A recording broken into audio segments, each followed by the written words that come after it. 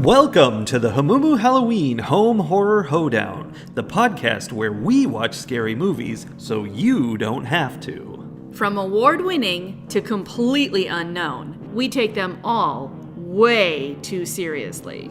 I'm your host, Mike Hummel. And I'm your host, Solange Hummel. Now, warning, we use a ghoulish number of spoilers, so watch the movies first. Second warning, we don't know anything about anything, so don't take us seriously as we take these movies seriously. Happy Bloody New Year! And happy Bloody Thanksgiving! Well, that's what it is in our world. In our time. Uh-huh. But time is collapsing. So it is Thanksgiving as we record this podcast for New Year's. It's all very exciting. This is our inaugural episode of the 2025 season of our show. Here we go. And here's how you know that we have our act together. Our acts are squeezed into a ball. Shoved right together. We are reviewing a New Year's Day movie for a New Year's Day release. I hope I put it out on time. You better, because otherwise I'm going to sound stupid. Yeah, and I don't think you're going to be here when it comes out, so it's all on me. Nope. Nope. Oh, no. The temptation to just simply read my notes describing every moment of insanity in this movie is so great. What I was thinking is we're going to do a short podcast because I think if we told people what happens in this movie, they wouldn't believe us. They'd be like, you're just making stuff up to make it sound silly. Here's the thing. Like, y'all know I take notes because my memory is a sieve. When I take the notes, I try to just be like, okay, here's a thing. Like I write a line where I'm like, a new thing happened. And I try to kind of summarize like scenes or events that are happening, like one line so that I remember, oh yeah, there was this thing and then this happened. And then I can, that triggers my memory. I have 2 full pages, every line filled for this movie because every time you blink, some new huge not twist, but like something new is happening that's not related to the thing that just happened. Yeah, you could call it a twist. The beginning of this movie was mind-boggling because it takes that to level 37 out of 10. Because the movie opens with a girl at a New Year's party in the 60s getting pulled into a mirror. And you're like, ooh, that's magical. Smash cut instantaneously to these kids in the 80s hanging out at the fun fair, which then proceeds into this battle with thugs. At the merry-go-round. Yeah, which turns into driving a car through a building. And then a car chase where they're pulling the guys off their car and flinging them around. And then they get in a boat. And the boat sinks. Immediately sinks, so they have to swim to an island where they find a hotel, and then all the haunting. Yeah. I mean, that all of that was like 10 minutes. Yeah. Okay, so then they get to the house and like all the haunting things, but sometimes there's zombies and sometimes it's ghosts. And then there's suddenly a thing about how there was a plane crash in the 50s and, technically the 60s because it was like... in 1960 on New Year's Day. Plane crash, and some of the ghosts are trying to help them, it seems, and some of the ghosts are trying to kill them. And then the merry-go-round people show up because they took a boat to the island too. How they even knew these people were on this island, I don't know. And a series of things where you think people die, or they don't, or they do, or they don't. And it goes back and forth, and all kinds of things happen. And then eventually everyone is dead. Yep. But they're not dead because they're there forever. Right. Because at its core, this, like, funhouse of a movie is a time loop? Time bubble? Definitely. Yeah, it's got some moments of real time loop where, like, all the stuff in the kitchen falls on the floor and shatters and there's fire. And then they go and hide in the pantry. And we actually get to watch all of the kitchen things rewind back up to where they were, which is kind of a funhouse situation, like it's resetting for the next guest. Yeah. So, but really, like, the meat of the story, the real story is scientists sent up an aircraft that had an anti-radar device on it. The fools. Which... Who are you to mess with nature? The direct quote was, the critic said they were playing God and messing with time. It's funny because normally, like, they're trying to create life or something. You're like, oh no, you're playing God. And they're like, no, they're playing God by trying to stop radar from detecting their plane. An anti-radar device. The plane crashes on this island and messes with time, just like the scientists predicted. He said it would, and it did. But how? What is the connection between radar and time? Well, you know, radars, like, they sweep that line around in a circle just like a clock. It's not like a clock at all. No, it is. It goes around. It even goes clockwise. It's the 360 of directions. But if you look at it, it looks like a clock, and it goes around and it's clockwise. You sound just as connected to reality as these scientists sounded. And if we didn't say this, this is the British film Bloody New Year from 1987. Yeah. I'm not sure we said that. Yeah. But, okay. You know, so that's just as coherent as the movie. That's roughly what happens in this movie. Yeah. Okay.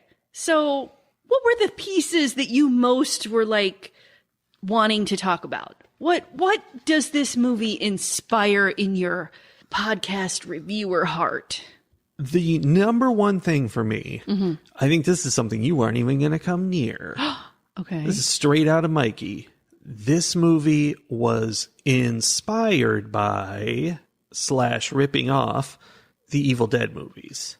They did the same Deadites, the same, you know, crazy voices. They used the Sam Raimi camera. We called it the gopher cam in this movie because they just pulled it through the grass. And it just everything, even the smash cuts super fast and the craziness of it. They thought that they were doing Evil Dead, but they didn't quite know how. When is Evil Dead from? The first Evil Dead was from 1981, and Evil Dead 2 came out in 1987, just like this movie. So the first one had come out, and they were like, "I like what I like what he did here. I like this style." Let's hope he doesn't come out with another one this year. Well, you know, we're gonna do a thing, and then they had to compete with the master. That's sad for them. Yeah, they did not compete. Something tells me they weren't. They might have thought they were competing. Yeah. I don't think he or the Evil Dead franchise was worried. Yeah, and this is a British movie. I imagine it was not widely distributed. It seems pretty British. Yeah. You're right, though. I did not clock that this was very Evil Dead-like. It is, though. I see it, though, now that you're mentioning it. Yeah, and the banister chomping on her hand. Yeah. Nothing in this movie makes any sense. I just want to comment on the fact that one of the carnies that shows up at their island ends up punching Leslie through the stomach.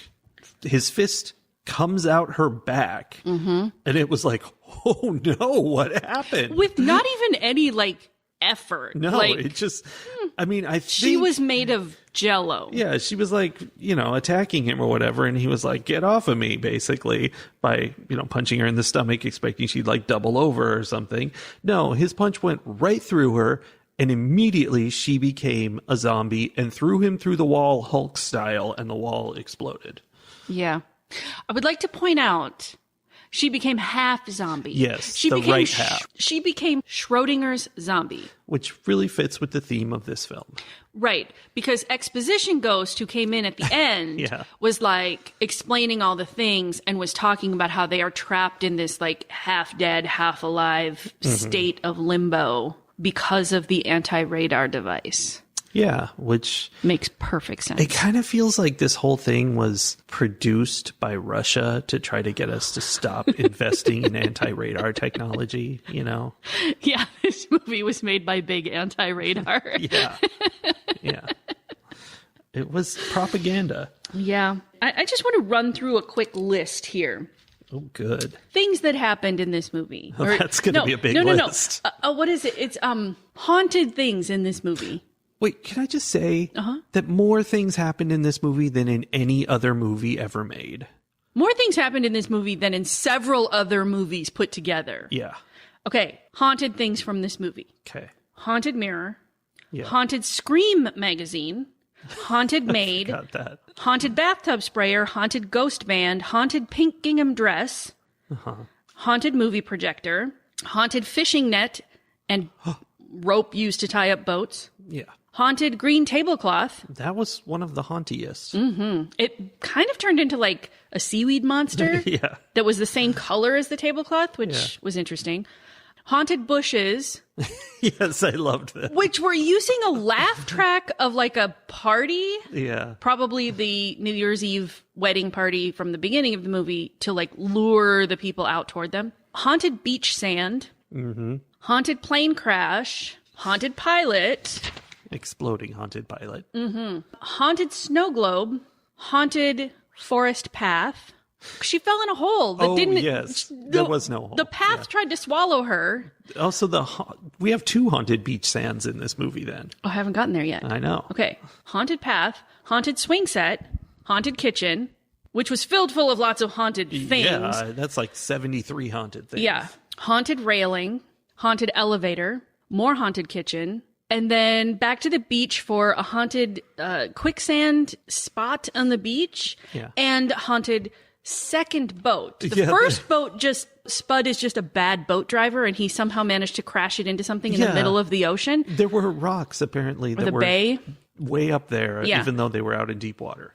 Well, except they said they were out in deep water, but then it took them like 3.5 seconds to get to shore. So, Everything in this I don't movie know. took 3.5 seconds. but the second boat, the one that the carnival men used to get to the island that Rick and Carol were going to use to escape, Yeah. immediately swallowed Carol whole. Yeah, she was just sloop. Yeah. So, yeah, a lot of haunted things in this movie. There were so many, and that was the big problem with the movie, is that at no point does any of this make sense. Like they had this idea that time was being warped basically, and that could have led to some really interesting things, and that was obviously the basis for the whole idea of the haunting. But then warped time does not make a tablecloth a seaweed monster. No. Doesn't make you fall in quicksand. Doesn't make your maybe the eagle at the end of your railing come alive and try to eat you. Yeah. It doesn't turn people into zombies or make confetti fly out of their stomach. Right? I don't know. I think they had like a concept and then they were like, I don't know, it would be scary if this happened. And they were wrong, by the way, about that. Oh, yeah. No, this was not a scary movie. This was a hilarious movie. Yeah. I belly laughed several times, mostly when people were dying. Yeah. And this is the movie that you watch when you and your friends are, having a hangout and just want to like scream at the television about how stupid the people on TV are. Yes, we definitely had fun watching this. And, that's entertainment for you. It doesn't have to be good. It's often better when it's not good to a certain extensiveness. Yeah. You got to get it just right in the right spot. Yeah.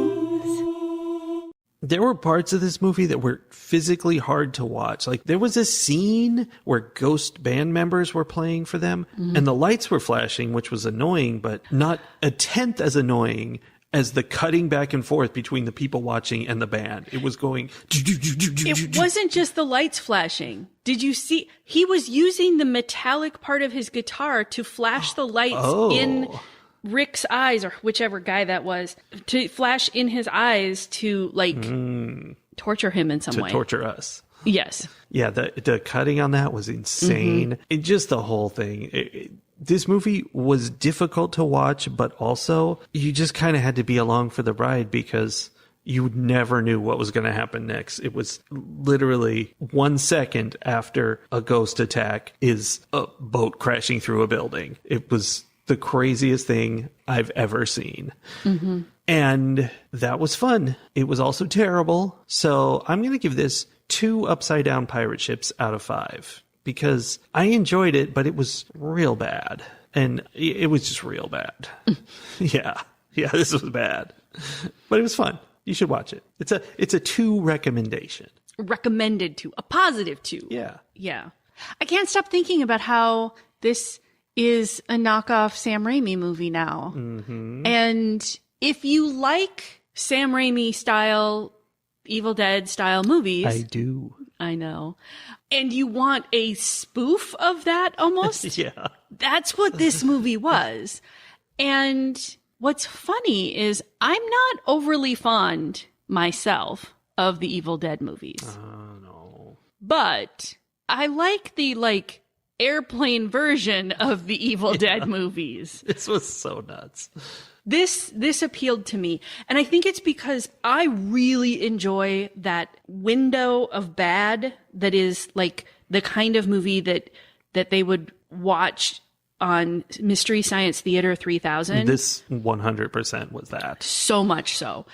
I would not be surprised to find out there was an episode of Mystery Science Theater 3000 about this movie. I would watch that. So this one, I am actually going to give it 3 upside down pirate ships out of 5 because I very much enjoyed this kind of ridiculousness, and it went just far enough for me to just have so much fun with every single thing that happened. I was like, that doesn't make any sense. Yeah. Those footprints didn't appear in any logical order. They're just randomly appearing on the beach. How am I supposed to get that someone invisible is chasing you if they're just random assortments of footprints? Were they chasing them? I thought that's what it was supposed to be. I don't know. Yeah, but I don't know either. Like every moment there was something for me to be yelling at the screen about and something for me to be just like vaguely annoyed about, which, you know, is sort of my happy place. Yeah, of course it is. Yep. So this movie definitely worked for me. It was not a good movie. I am not going to give it more than 3, but I'm going to give it a 3 because if you like that kind of movie, this one did it really well, I thought. In the sense of doing it really badly. Yes, exactly. There's a point where you can fall out of that window to so bad that it's unwatchable, right? And this didn't quite get there. I don't know. It was like watching a collection of horror movies through a kaleidoscope where they were all chopped up and just like thrown into a box together and turned into a movie. And for some reason, it kind of worked for me. Yeah, I really had a good time. So I guess it's a good one Yeah. in its own special way. All right. So we're going to put a pin in this podcast. Boop. And go watch another New Year's Eve movie. And come back because we're going to make this podcast a surprise double feature. That was a double feature right there. Yes, we're fun. We're fun. And we're back. After another exciting New Year's movie. Yes. We've watched another movie with a group of people who are being hunted down one by one. They didn't really get hunted down one by one in the last movie. They did. The ghosts were taking them out. It's true. The point is these are both movies that have a core cast, you know, like the stereotypical characters that are all in a group and then they all die. Yeah, that last movie, they were supposed to be teenagers and they were not. This movie, they're supposed to be adults and they are. Yeah. So this movie is Steel Trap from 2007. Yep. And as promised, it involves New Year's Eve.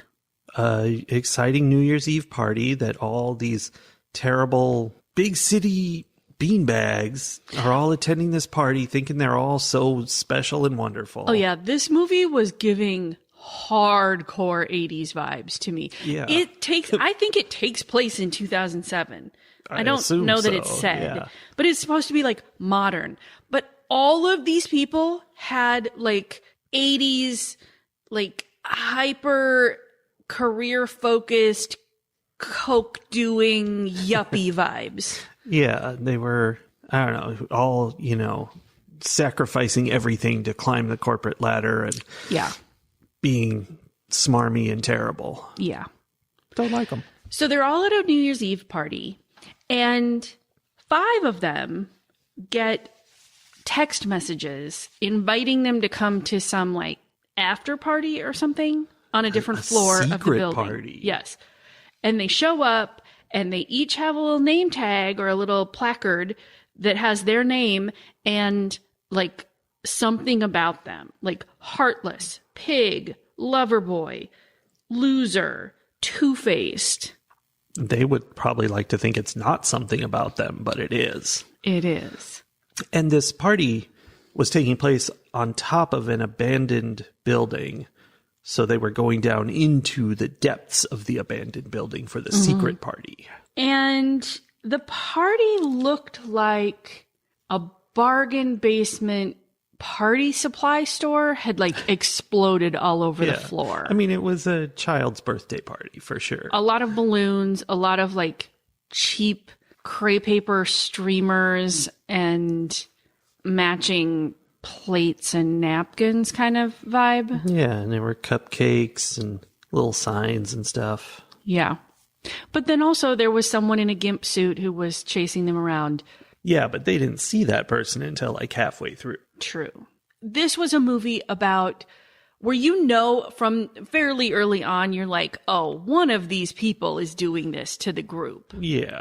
And you're trying to figure out which of the people it is. You know, it could be that it's a third party, but it's somebody who like, you know, they're all connected to very obviously, like they all were responsible.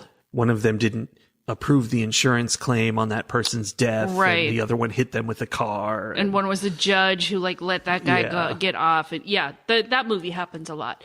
And this was definitely one of those where they're being attacked and nobody knows. You know, everyone's like, I don't know what's going on, but you know, at least one of them is lying. Yes.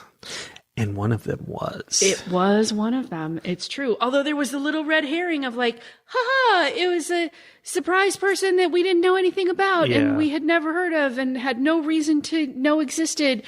But it wasn't actually that person. The person who was doing it was just trying to. No, it wasn't. Oh, wait, maybe I don't know which person you're talking about. So she stabs the guy wearing the gimp mask, and it was her number one fan, but he wasn't the one doing it. I mean, she was doing it, and he was blaming her. He was working with her. Was he? Yeah, because he was wearing the suit. There was definitely teamwork involved here. And she was around a lot of the times when things happen. Yeah. Okay. Well, I mean, I know that she had tricked him to be there. I wasn't sure if he like really knew what he was doing. He seemed he not would do entirely... anything for her because he was her number one fan. Yeah. And then she very quickly, like there was this little like, haha, look, it was my number one fan. Just kidding. It was me. It did not last more than 10 seconds. Yeah. She took that back real hard. And then there was purpose to it because in the end, her plan was that he would get arrested for having done this, and she was just a poor innocent victim. So it was well planned. That she would just happen to be the sole survivor. But see, that's where I don't understand that I don't feel like he was truly working with her, because then he would have given her up. He would have been like, no, she hired me to do this. And instead, I think her plan was to like somehow. But he was dead. Oh, right. Dead people don't talk, Sully. But he wasn't as dead as she thought he was. Did you fall asleep for that part? I didn't fall asleep. Lies. Much. Yeah. I didn't. You were in and out a lot at the end of this movie. No, I woke up for the end after we ran around the house a bunch. Okay, but you say that, but here's the thing. Did you know that she stabbed him and then later while she's monologuing about all the reasons she killed all the people, that then he sneaks up behind her and attacks her again? What? Uh-huh. Wait. You were sleeping more than you thought you were. No, I saw that. I thought that was the last of the guys. Because there were two guys, Robert and somebody who I couldn't tell apart, Adam, who I couldn't tell apart. Oh, no, Adam died really early on. Yeah, so whichever one was left must be Robert and Wade. I don't care about Wade, because Wade was right there. Yeah. That's no problem. But Robert and Adam looked the same and were the same personality. And so the one of them had just been left to die in the jail cell somehow. Listen, Wade smashed his head into the floor repeatedly. And then I thought that was him, and he had gotten up and come and gotten her. That's who I thought that was. No. I was not that I was asleep. It was that I was confused. He was wearing the mask, wasn't he? No, his face was visible. Oh, yeah, his face was visible. But he was wearing the rest of the outfit. Well, yeah, he was wearing black, just like Robert and Adam both were wearing the entire time. No, I'm pretty sure that it was the biggest fan because she still at the very end was like, makes was sense. telling Wade, like, you killed one of them too. Like, Yeah. she was not taking credit or she didn't know. I could be wrong about it, but I'm pretty sure. That makes sense because I was like, why is he capable of attacking her when he's been bludgeoned in the head? I mean, he had also been like gut stabbed. These people ran around with gut wounds really a lot. Yeah. A lot. Although they're yuppies. one of them did realize, I think, yeah, one of them got hung up like a side of beef. Yeah. Wade got hung up like a side of beef and he had been gut stabbed. And I think he was the one who was like, I mean, I'm gonna die. Like, he was very aware that, like, I have a mortal wound, even though I'm not and dead he had now. an arrow in his leg, too. Oh, yeah. I mean, that they pulled out. Yeah, which is always a mistake. There's a lot going on. Not like the last movie. This was reasonable, but I mean, I still had trouble following it yeah, because I was asleep. It was nowhere near as chaotic as the last movie, but it did have a lot of different things happening. Because, like, each one of the people who got murdered because they bullied her in high school or whatever, died in a way that was, like, cleverly tied to the nickname or the descriptor that she had given them. So, Yes, cleverly. yes, this was a very, very well thought out plan of attack that this woman had clearly been working on for like the last 20 years. Yeah, it was one of those things where, like, there's no way she could have planned these things to happen. They just did. Like, they escaped in a way and climbed down an elevator shaft to another floor, and apparently that was all part of her plan because when they arrived, she was set up waiting for them with like a crossbow. She was cleverly manipulating them Except the whole time. She wasn't waiting for them. Her number one fan was waiting for them. So see, he did some work there. Yeah, he did. Yeah. So at what point did you realize who the actual bad guy was? And were there other people that you were convinced were the ones who were doing it? There were times when I thought Nicole was behind it because she disappeared at one point and she was like, I don't know, more scared than everybody else and totally useless. Yeah, she seemed like she was behaving in a manipulative way. But she wasn't. I don't know that I really thought Kathy was an issue. Oh, that was the other one. Pam, the evil TV executive. I thought maybe she was responsible at one point just because she was crazy, clearly crazy. So, yeah. Why was she crazy? I don't know. Aside all from her just being super obsessiveness. desperate Yeah. for all the that stuff. for the popular people to work with her. Yeah. That's why. She seemed crazy. Okay. There were two different points where I wrote down Nicole is behind this. See, it was Nicole all along. That's the big twist. It wasn't Nicole. No, after the movie, No, it it's wasn't. Nicole. But there were two times where I was like, okay, it has to be Nicole. Because she was saying, she had the dumbest lines. She did. Okay, so many things that I wrote down. I'm not happy. Yeah. And I just realized I'm not good in a crisis. And here's where I was like, she has to be the one. Where she's she's acting so afraid that she decides that she comes up with the only possible solution. Maybe we should just kill ourselves. Yeah. What? She specified, though, that they should kill themselves before the killer can kill them, so that they're deprived of their joy. I fully expected her to follow that up with, here's a gun, you go first. Yeah. Like, what? Yeah, that would have been a good move for the perpetrator. Yeah, she ended up having her heart cut out of her chest and She stuffed was in her mouth. heartless. Yeah, because she stole that girl's boyfriend back in like middle school. Yeah. I mean, Kathy it was a big nuts. grudge. Like, it was very clear at the end. Like, this was not a reasonable thing. This was not someone who had a real, like, understandable vendetta. This was someone who was broken in middle school and never got over it. Yeah. and now is retaliating. And as she said, killing people is better than living well when it comes to revenge. Yeah. Okay. Because he suggested that living well is the best. Yeah. He's like, no, I think killing people. Yeah. Isn't living well the best revenge? No, killing people is better than that. Like, okay. It's pretty solid as revenge goes. She flat out says by the end of the movie, she's like, yeah, I'm crazy. Like, what do you want from me? Well, and then there's the interesting twist is one time we see her show. She's a star of a cooking show. We see it on a TV screen just briefly. And her little intro where it's like, hey, I'm Kathy and welcome to my cooking show. She looks completely insane. Yes, she did. Completely. And then at the end of the movie, she kind of does a live version of it to the last survivor, Wade. I called it the exposition episode of Yes. Cooking a la King. Yeah.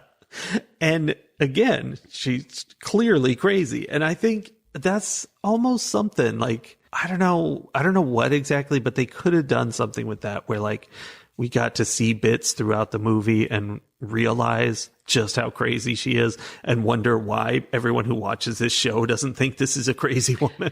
Yeah, that would have been kind of fun, but it would have spoiled the surprise. Yeah. Because I was not expecting it to be Kathy. No. It does make me happy, though. Closer to the end, but not right at the end, Robert, I think, is running around and he comes across Wade and Kathy, and they're like curled up next to each other on the floor or on a bed or on a table or something. Because they had been gassed. They were unconscious. Yes, and they look dead. And I should have known because their names weren't crossed off on the list that they weren't actually dead, but they looked dead. And I made the note like, oh, are they dead?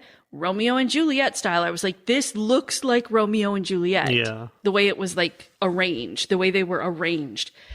And then it was. That's what she was doing because Wade was Loverboy and was the kid who broke her heart. Yes, she had a crush on him.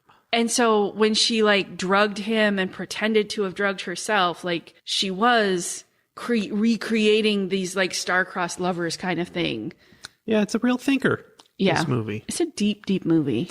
Just as our last film was very much an homage to The Evil Dead, this movie very clearly is based on Saw movies.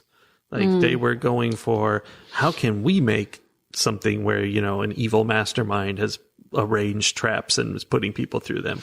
But taking the violence and gore down by like 75%. Well, it felt much more, I don't know, family friendly than Saw, if you want to say that. Yeah, I mean, it was not family friendly. Let's No, it not wasn't. confuse anybody. There's It a lot was of hooks going into people. Yeah, there was violence being enacted on screen, but it was nothing compared to what Saw does. And here's where I think they really screwed up the Saw formula is they had these traps and stuff, but it wasn't like, oh, I'm putting you in this trap and you have to figure out your way out or you're going to die. And, you know, if you figure out your way out, you win in some sense. It was just like, this is a weird trap situation you're in. And also one of you wandered off, so that person gets murdered. Like it never had to do with the traps or anything. They were just getting murdered. Well, to start with, they were supposed to be going on a scavenger hunt. Like they were supposed to be following the clues, but then they didn't. Like there was a point where they stopped following the See, her clues. plans didn't work so well. And that's where the real problem that you mentioned before comes in, because if she had set it all up so that they had no choice but to follow the path, which like we've seen those movies. I'm thinking about that one. I don't know. There's lots and lots of movies like this. But there were ones where I remember we talked about this idea of like, how did the makers of the game know that they would do exactly the things they did? Because some of the things they did were like picking up a broken piece of wood and smashing a camera or whatever. Yeah. They could have written the story like she had masterminded this whole thing and knew these people so well that she would have predicted how they would have done everything. But she didn't. Like she set up this sort of escape room / treasure hunt thing. And then they only kind of followed it for like half the movie. And then the other half of the movie, they were just trying to escape, even though the bad guy had said, like, if you try to escape, before I give you permission, you will die. And they were like, yeah, okay, we're going to die anyway. We're getting out of here. Yeah. Yeah. So it was trying to make it seem like she had masterminded everything. But really, she was just picking off whoever was off on their own. Yeah. Yeah. Which happened to work out that she was able to do, you know, her little thematic kills anyway. Yeah. She did have those things set up, and she somehow managed to, like, lure them off or whatever. It helped that she had her number one fan helping her, for sure. Teamwork is what it's all about. Oh, the treasure hunt and the, like, nursery rhyme style clues. That was one of the reasons why I was sure it was Nicole who was doing it, because there was a point where she, like, off the top of her head rattled off a nursery rhyme type thing, kind of being clever about what they were about to do next. And I was like, oh, that seemed prepared. But it wasn't. She was a writer. Don't mock talent. Because she answered questions for Ask Evelyn. Yeah. She was a advice column writer.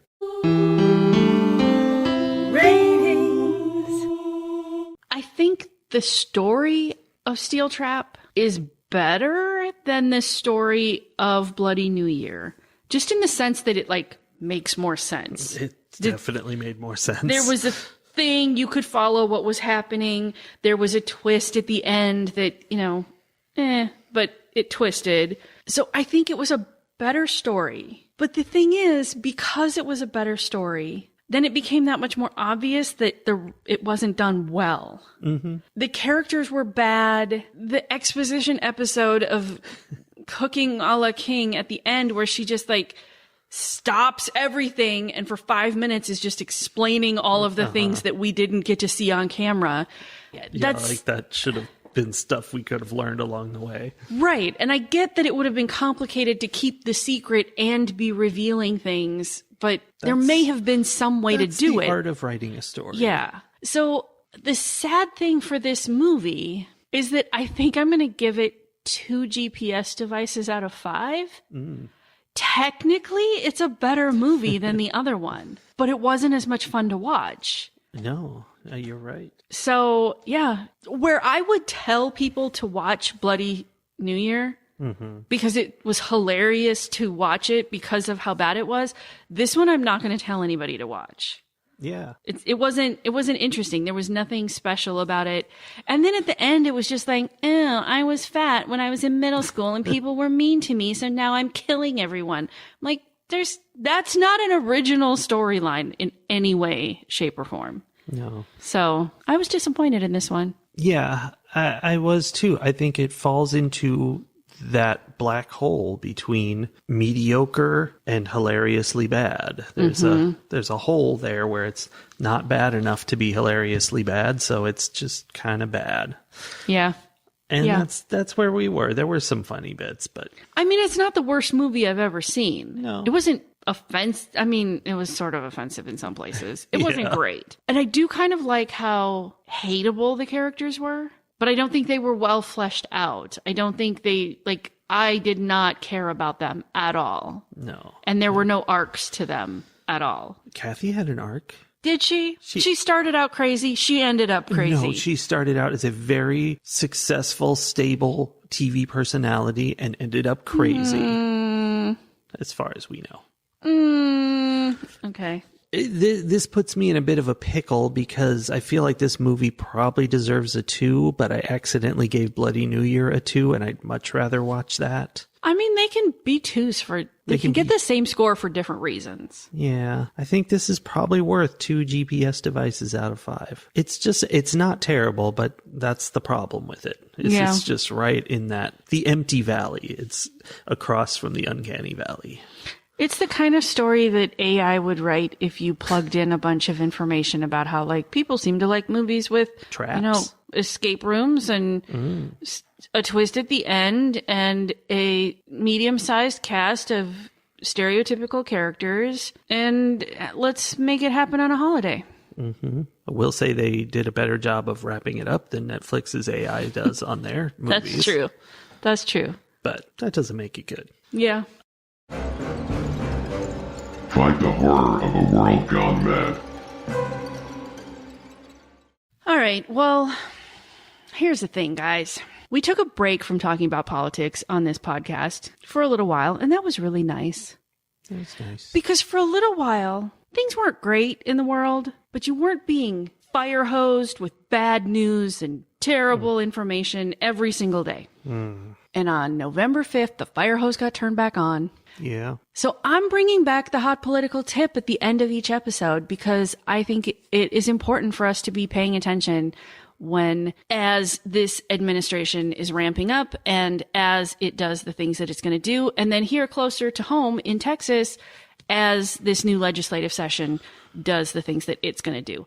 So I'm bringing back the hot political tip. And we're going to start with, we're uploading this on January 1st, 2025. My first tip is that the United States 119th congressional session starts January 3rd. The House and the Senate come back and they're going to start doing their things and fighting with each other and having all the drama.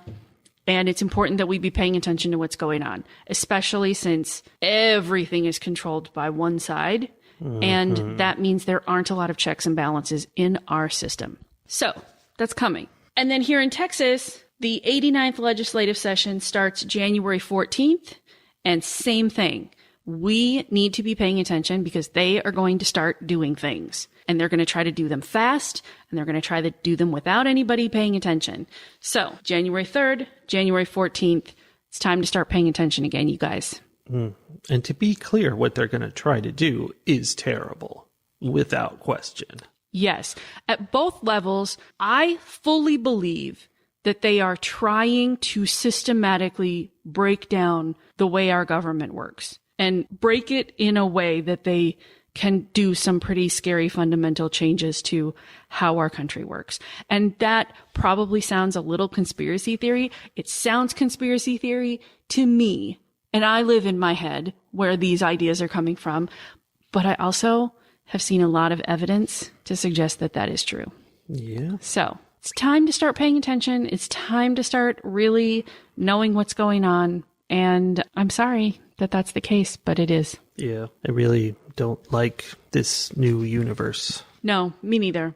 But here's the thing. We have options in how we handle this. And I know that some people are like, whatever, we're just going to watch the world burn. That's not a helpful option because even if we're sitting here going, haha, you guys decided you wanted this. Now you get to like have your cake and eat it too and deal with sleep on the bed you made and whatever other things you want to say. Reap what you sow, right? All of us are reaping what they are sowing. So that's not a helpful way of looking at it. You could also just be like, you know what? The world is going to be what it is. I'm just going to go wander in the woods or look at my flowers or bury myself in fiction or whatever distraction you have. Me personally, it's watching D20 on Dropout. But if you do that constantly, then They get away with it. exactly. Like there's no one that there are even fewer checks and balances if we're not paying attention. And you can be so full of rage and so full of just overwhelm and frustration about the whole thing that you become paralyzed in your anger and you just are doing nothing but ranting on Facebook. And that is also not helpful because that doesn't actually accomplish anything other than making Jeff Bezos or Elon Musk or whoever owns whatever platform you're ranting on, making them more money. Leave Twitter. Go to Blue Sky. Yes. Or anywhere. Twitter's over, people. It's over. Yes. So, like, I sort of feel like our options are we have to be paying attention as much as we can handle, and we have to be taking as much action as we can bear. And I know that's different for everybody. And so I'm not here to judge how you do or don't do whatever you're doing or not doing. But it's time for us to get back on the horse, put our shoulders to the grindstone. I don't know. Put lots your of shoulder more to the horse. thing. Yeah, it's time to put your shoulder to the horse.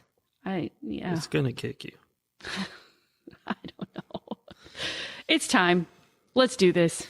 All right. And we'll see you next week when even more things are on fire and the world is more dead. Okay, but first, we'll give you delightful distraction in the form of a horror movie review. Woo. And then we'll give you homework. Yeah. 'Kay. Happy homework, everybody. And Happy New Year. Yeah. Well, New Year. I mean, it's going to be as happy as we make it. It is okay to find joy and happiness and do things you like in the midst of all of these things, because that's what makes it worth it, right? If we're not doing those things, then who cares that the world is ending? Yeah. So we have to do the things that make us want to be here. Okay. And then we have to do the things that make here continue to exist. Mm-hmm. Okay. This is depressing. Bye, everybody. Bye.